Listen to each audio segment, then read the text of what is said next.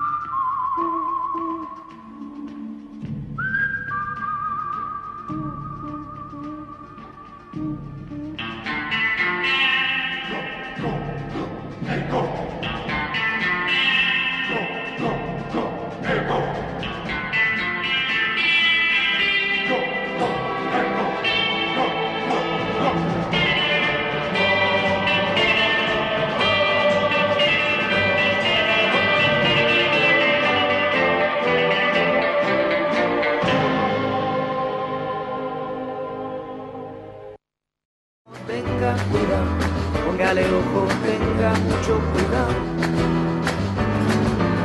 Póngale ojo, tenga cuidado, póngale ojo, tenga cuidado, póngale ojo, tenga mucho cuidado. Bueno, como habíamos dicho, estamos acá con Pablo Gramajo. Muchas gracias, Pablo, por estar hoy acá con nosotros y compartir un poco la información de lo que está pasando en Santiago del Estero y el interior del país. Muchas gracias. Sí, no, gracias principalmente por invitarme y buenas tardes, noche a todos y todas de que están viendo este programa. Pablo, ¿cómo ves este modelo extractivista que se está dando hoy día acá en Argentina y también sabemos que en otros países de América Latina? Sí, bueno, hablar del modelo extractivo es hablar de una instancia compleja, ¿no?, en relación a América Latina, pero para reducir un poco los gobiernos latinoamericanos o el desarrollo económico de los gobiernos latinoamericanos con sus particularidades, por supuesto, tienden a un modelo extractivo, ya sea petróleo, sojización o expansiones también de las mineras a cielo abierto. Podríamos decir que ninguno se salva de ese desarrollo económico que es un desarrollo capitalista también, ¿no? Claro que tiene algunos matices cada gobierno, pero en sí van enfatizando en eso de sacar lo que la tierra ha guardado, como por ejemplo el petróleo. Antes, cuando se ha empezado, o todo cuando era acuoso, el mundo y el universo, después se separa la tierra y en la tierra todavía no había oxígeno y había dióxido de carbono, y la tierra se ha encargado de guardar ese dióxido de carbono en las entrañas del que hoy conocemos como petróleo, y el humano se está encargando de sacar hasta la última gota. Por eso el modelo extractivo, más allá de que vaya amortiguando ciertas instancias de pobreza y ciertas instancias de hambre, va reproduciendo una contaminación más y también va exterminando y limitando el porvenir. Y cuando hablamos de porvenir hablamos de nuestros niños y niñas, ¿no? Que van a respirar, qué agua van a tomar y qué lugar van a habitar.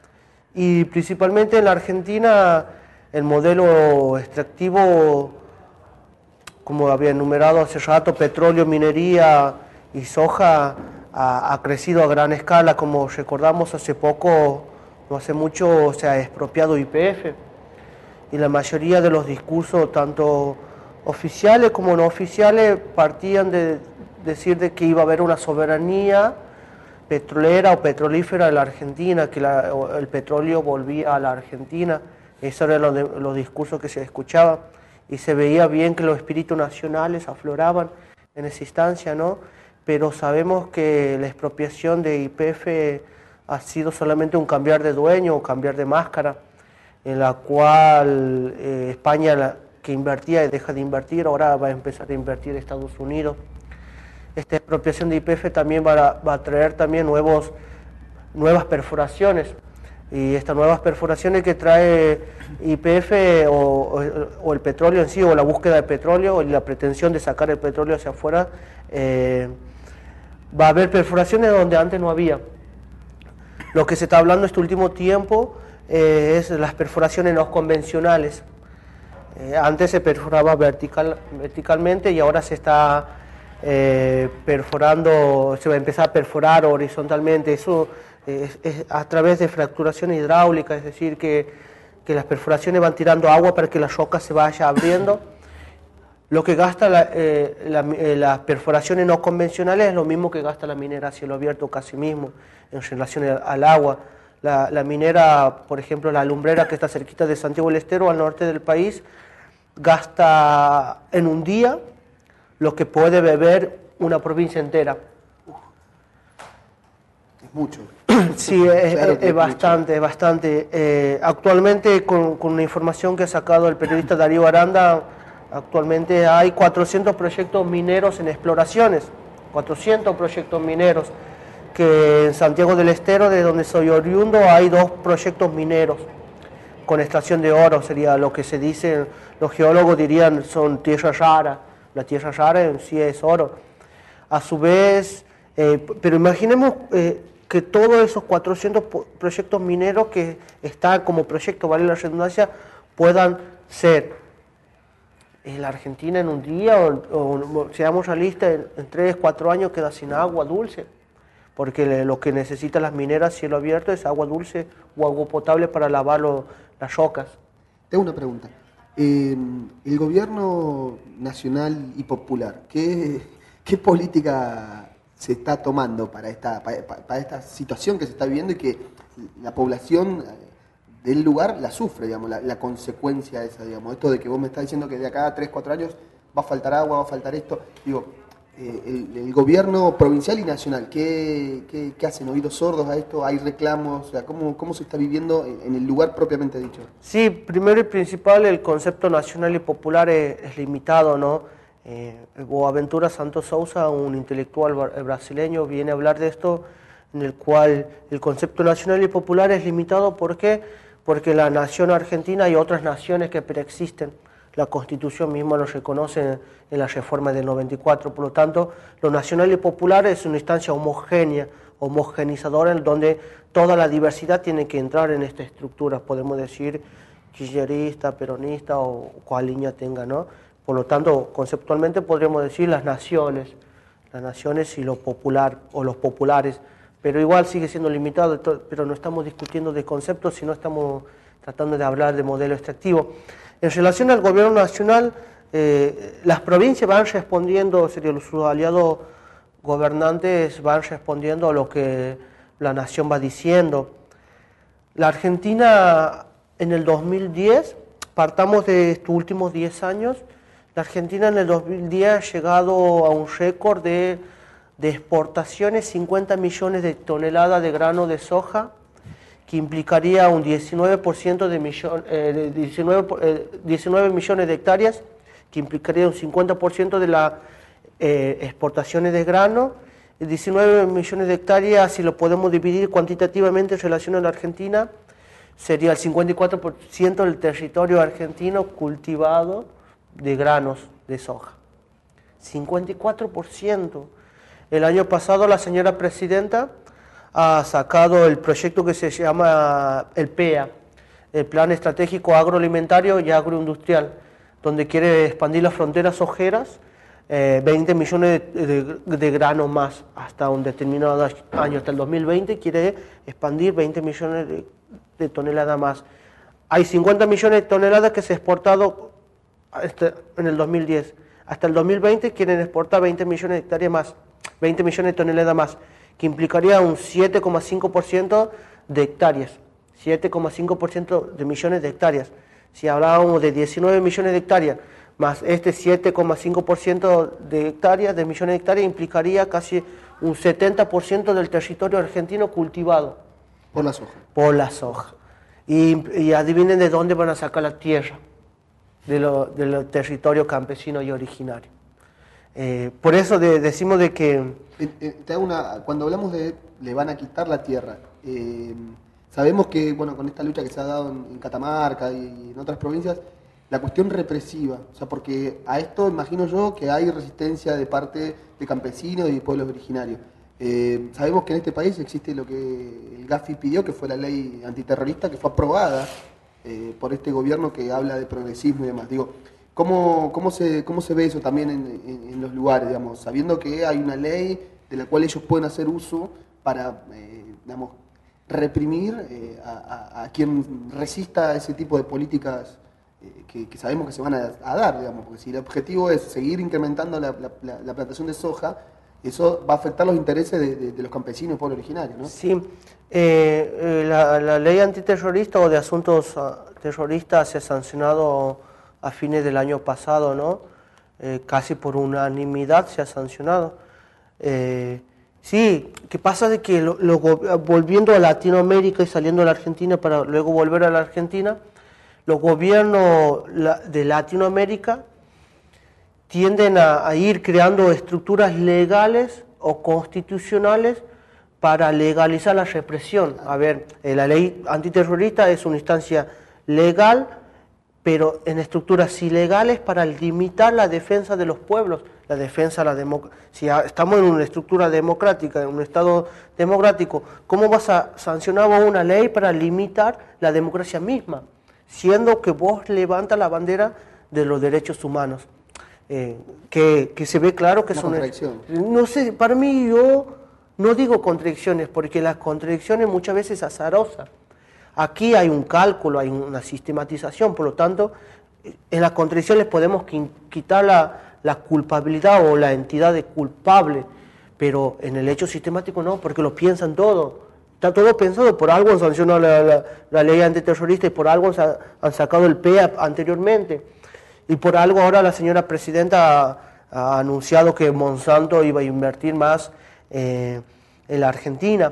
Por eso no es que hay contradicciones, los militantes kirchneristas dicen no, pero son ciertas contradicciones para seguir profundizando el modelo.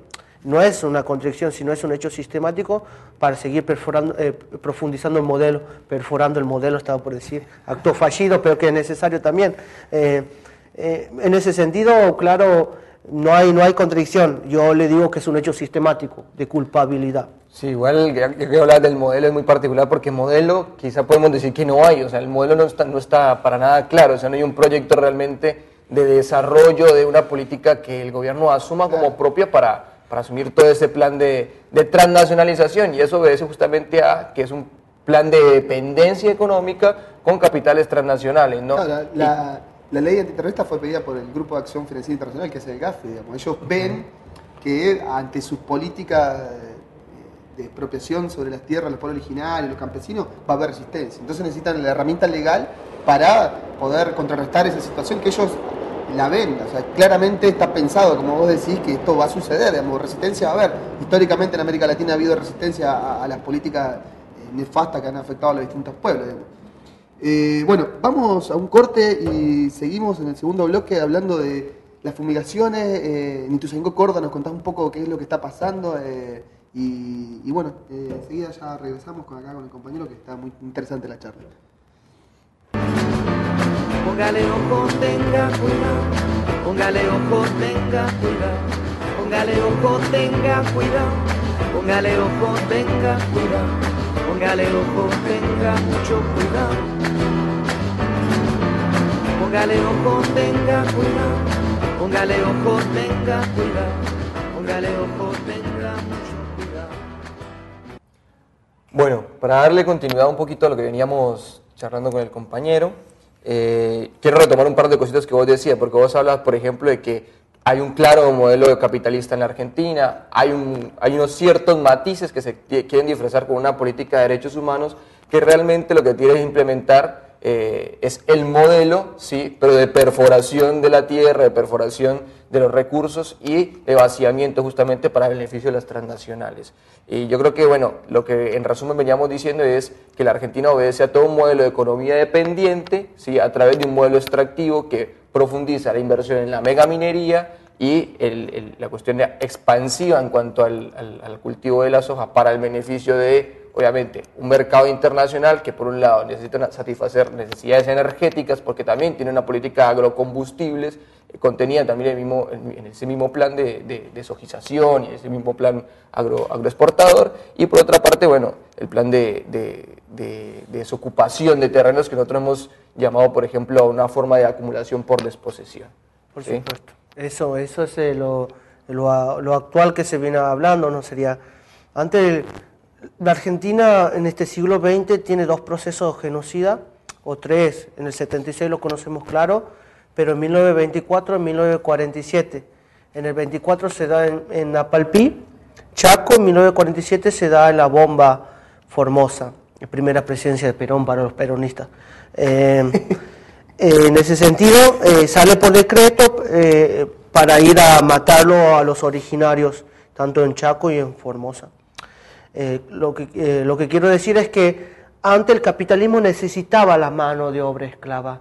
Hoy el capitalismo no lo necesita. ¿Por qué? Hablando de la soja, ¿no? De la sojización, ¿por qué? Porque las maquinarias y las semillas de siembra directa ya no necesita manos que cosechen o que siembren. Por eso, lo que hoy es, lo que antes era rentable como mano de obra, mano de esclava, hoy es rentable la tierra. Pero en ese sentido, ya el capitalismo ya no toma esclavos, sino lo saca a los esclavos que siguen siendo esclavos del lugar que han logrado sobrevivir. Por eso es la teoría de la desposesión, ¿no? Sí. Sí. No, igual, porque me parece interesante cómo se puede conectar esto con el siguiente tema que vamos a hablar un poquito, porque, bueno, un campo tecnificado, sí, como cómo se va transformando ese modelo latifundista que antes necesitaba los brazos baratos para el cultivo de la tierra a escala y de manera intensiva, y hoy por hoy el desarrollo industrial y tecnológico que se implementa también requiere de todo un andamiaje, digamos, tecnificado para que funcione, para que el cultivo esté un poco en ciclos más cortos, y todo esto permite también la rotación de las mercancías un poco de manera más rápida y más fluida dentro de los mercados, para lo cual se requiere también del factor genético, el factor de la intervención científica, y todo esto nos lleva a hablar de lo que pasa en Ituzaingó, Córdoba. ¿Qué está pasando? Que me comentaba fuera de cámara de malformaciones. ¿Qué es lo que está pasando? Sí, principalmente un saludo a nuestro hermano Andrés Carrasco. Andrés Carrasco, un gran intelectual e investigador que estaba investigando en el CONICET y ahora lo han sacado porque ha descubierto que sus investigaciones ha descubierto las malformaciones en anfibios. Occidente en sí, o hablemos de Latinoamérica o de América en sí, siempre ha tenido la estructura cientificista en la cual decir, tengo que ver para creer. Las madres de Ituzaingó de Córdoba vienen denunciando hace 10 años las malformaciones de sus hijos porque los ojeros a su alrededor les llegan con glifosato. Pero ha tenido que aparecer un intelectual bien que ha aparecido, un científico comprometido para decir sí, corroborar sí, el glifosato, el agroquímico que le tiran a la soja, es el que produce las malformaciones que por ende va trayendo cáncer y todo lo demás que viene aparejado a eso, ¿no? Ahora se ha iniciado, hace meses atrás, se ha iniciado el juicio a los fumigadores, a algunos sojeros de ese lugar, ¿no? Pero el problema es como si no hubiera aparecido Andrés Carrasco para decir hay malformación en los anfibios. Entonces, si hay malformación en los anfibios, puede haber malformación en los humanos, y estamos viendo las malformaciones. Pero las malformaciones, también lo dice Andrés Carrasco, no va a ser inmediata, sino va a ser de aquí a 10 años. Van a crecer mutantes en ese sentido, y la señora presidenta hace poco ha salido a festejar la inversión de Monsanto. Entonces, ¿cuáles son los derechos humanos o qué concepción de derechos humanos tiene el oficialismo, y cuántos derechos humanos llegan para algunos cuantos y para los otros que están ahí a las periferias, que les llega? Entonces los derechos humanos siguen siendo limitados. Yo me acuerdo el otro día que estaba hablando con un filósofo de Santiago del Estero, y yo le decía que los derechos humanos, que la sanción de los derechos humanos, que vayan presos los dictadores, bien que vayan presos, es un hecho capitalizable al oficialismo, es decir, que capitalizan ese hecho que vayan presos como para decir nosotros hemos iniciado las causas y todo lo demás. Y él me decía, lo justo es justo, me decía, y yo le contesto, lo justo deviene injusto. ¿Por qué? Porque mientras vos lo encierras estos cuantos, hay muchísimo de lo que vos le estás dejando libre para que sigan matando y sigan produciendo ese genocidio, que es un genocidio invisible o invisibilizado por los grandes medios. Tremendo. Y pensar que mucha gente compra ese discurso de derechos humanos, ¿no? Digamos, es muy triste, pero es muy cierto, digamos.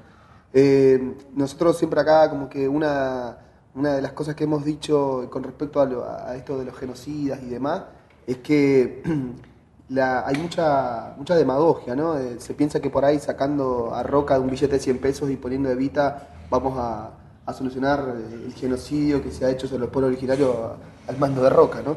Pero también hay una visión muy parcial de los derechos humanos en cuanto a los dictadores y demás, digamos, porque acá lo hemos dicho, estuvo muy bien que se haya recuperado la Escuela de Mecánica en la Armada, pero también hubo otros centros clandestinos de detención, hubo comisarías que hoy siguen siendo funcionales al sistema policial y donde se torturó gente. Ni hablar de Campo de Mayo, que fue un lugar de exterminio donde pasaron más de 5.000 compañeros. Pablo, la verdad que muy interesante lo que estás contando. Ustedes es un colectivo y aparte tienen un periódico, un diario, donde se habla de todos estos temas y donde se hace difusión. ¿Hay un espacio en internet, aparte del diario, donde vos la gente pueda ubicar y conocer un poco de lo que hablamos hoy, digamos? Sí, estamos en el Facebook, periódico El Coyuyo, así Coyuyo dirían por acá. El periódico El Coyuyo ha cumplido 3 años. Es un diario, es un colectivo que se forma como autogestivo, en el cual la venta del diario impreso nos posibilita hacer de nuevo. Por eso decimos autogestivo. Sí, claro que hay muchas informaciones de las que podríamos ir desconstruyendo, pero el tiempo es tirano, por ahí dirían, el tiempo es oro y el oro es plata, y la plata hace la felicidad, dirían los capitalistas, ¿no? Pero bueno, no sé si estamos terminando o vamos comenzando. Pero lo que decía la señora presidenta el año pasado en relación a este capital, ella decía que el capitalismo, que es necesario un capitalismo en serio y no un anarcocapitalismo. Esa frase me ha quedado, porque ha sido un falta de respeto a nuestros hermanos anarquistas del siglo XX al inicio, ¿no? El Roca, que ha perseguido a los pueblos originarios, es el mismo que ha perseguido a los anarquistas. Por eso creemos que es necesario también una cierta reivindicación, porque son los únicos o los pioneros que han puesto el cuerpo ahí, el inicio del Estado-Nación. Roca, cuando va en 1879 a la campaña del desierto, después lo trae algún originario vivo y lo hace desfilar en el desfile de la Victoria, se llama 1880, en Florida, por acá cerquita. Y lo que irrumpe la fila son los anarquistas, gritando, salvajes son los que le pusieron las cadenas. Por eso creemos que andamos leyendo algunas cosas de lo emparentado que tenía la estructura originaria con la estructura anarquista, ¿no? Y van casi de la mano ambos. Por eso quería recalcar eso, que el capitalismo nunca puede ser en serio. El capitalismo ha nacido sin corazón y lo que no tiene corazón no puede ver más allá de las particularidades. Pablo, la verdad, muchas gracias por toda la información que nos trajiste. Esperamos seguir en contacto, seguramente les vamos a seguir hablando y bueno, en cuanto siga estando acá por Buenos Aires, siempre el espacio acá va a estar para que bueno, vengas a contarnos en qué andan y poder difundir las luchas que ustedes llevan adelante y nada, eso. Muchas gracias por haber estado acá con nosotros. Sí, gracias por... Mañana vamos a hacer una actividad en 7 Esquinas, en Mataderos. Se cumplen 40 años de lo que fue la matanza en Trelew, el asesinato de 16 compañeros que estaban presos de la dictadura de Lanuse. Se va a pasar un video del compañero Raimundo Greisel, que también está desaparecido, que se llama Ni Olvido ni Perdón. La actividad la realiza el colectivo América Mestiza y el MOADEF y el PRT. Así que nada, invitamos a todos que a las 19 horas en Alberdi y Escalada, en el barrio de Mataderos, nos vamos a juntar para hacer una recordación sobre aquellos compañeros y compañeras que dieron su vida por un cambio, ¿no? Un cambio de sistema y para que estas cosas que hoy hablábamos acá con Pablo no llegasen a este punto, pero bueno, que desgraciadamente han desaparecido casi una generación entera, ¿no? 30.000 compañeros. Y el último paso, el último chivo que damos es que bueno, la semana que viene vamos a hacer una charla precisamente sobre esto, sobre el modelo extractivista, en la Casona de Flores. Va a ser un taller que lo convoca el colectivo América Mestiza. Después, bueno, igual nos vamos a ver el martes de la semana que viene para terminar de pasar la información bien, los horarios y cómo va a estar pensado. Vamos a hacer una secuencia de imágenes y demás. Cristian. Para dar un par de detalles también, ¿no? Justamente. Sí, para dar un par de detalles justamente sobre esa actividad que veníamos desarrollando, que venimos dando discusiones también al respecto en profundización de cómo se desarrolla en América Latina todo el tema del extractivismo, la dependencia, el desarrollismo y el neodesarrollismo, que es como se presentan estas formas, digamos, de nuevo emprendimiento de los estados que pretenden mostrar un capitalismo dirigido, un capitalismo bonachón con los matices de los derechos humanos, ¿no? Esto es todo por hoy entonces, compañeros. Esto es Nuestra América en Lucha y así seguiremos, ¿no? Hasta la victoria siempre. Con el Yankee Man, money, money, money man, fanático de la gaseosa y asesino internacional. Van por el agua, van por el oro, van por la selva, van por esclavos, por el petróleo y destruyen todo lo que amenaza el libre mercado. Póngale ojo, tenga cuidado. Póngale ojo, tenga cuidado. Póngale ojo, tenga mucho cuidado. Póngale ojo, tenga cuidado. Póngale ojo, tenga cuidado.